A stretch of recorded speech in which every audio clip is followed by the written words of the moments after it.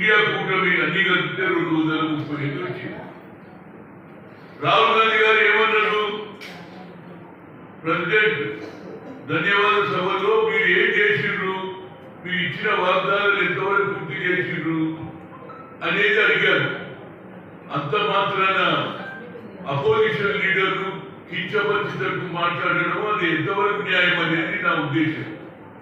ఇవాళ మీరు చేసింది ఏంటి? ఇంకో మీరుకేమంటున్నట్టే ఉగ్రవాదులను ఏర్పాటువాదులను మీరందరూ కలుపుకొని దేశాన్ని చిన్న భిన్నం చేయాలి అనే ఆలోచన మాకు కాదు, మీకున్నది. మేము ఎప్పటి నుంచి కూడా కాంగ్రెస్ ప్రభుత్వాలు ఎన్నడూ కూడా కాంప్రమైజ్ కాలేదు. మా సిద్ధాంతమే సెక్యులర్.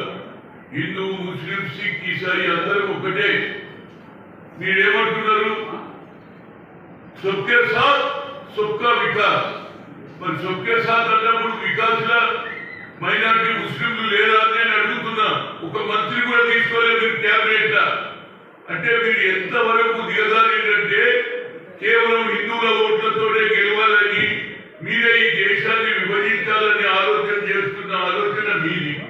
అంతేకాదు అయోధ్యలోనే రాముడున్నాడని అక్కడికి ఇటుకెళ్ళవాయ్ బియ్యంబాయ్ అన్ని పోయినా ఇవాళ అక్కడ ఏమైంది? బీజేపీ ఉన్న గవర్నమెంట్ లో ఏదైతే రామ జన్మభూమిలో మీరు ఓడిపోయారు, అది కూడా గుర్తించుకోవాలి. అయినా అక్కడ మాకు ఎంత 80 సీట్లలో 44 సీట్లు వచ్చినాయంటే మీకంటే ఎక్కువ వచ్చినట్టే కదా. మీరు ఎంతో పబ్లిసిటీ చేశారు. యావత్ భారతదేశంలో అయోధ్య అయోధ్య రామ్ రామ్ రామ్ అన్నారు. కానీ అయోధ్యలోనే మీరు ఓడిపోయినట్టే దాన్ని గుర్తించుకోవాలని అడుగుతున్నా. అంతేకాదు మీరు పేదవాళ్ళకి ఎక్కడైనా న్యాయం చేసిండ్రా? 2 కోట్ల ఉద్యోగాలు ఇచ్చిండ్రా? Black money ఇచ్చిండ్రా?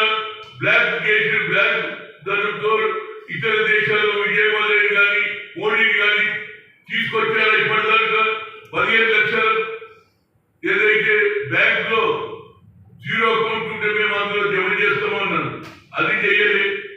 డిమానిటేషన్ చేసి పేద ప్రజల నోటే పట్టుకొచ్చారు.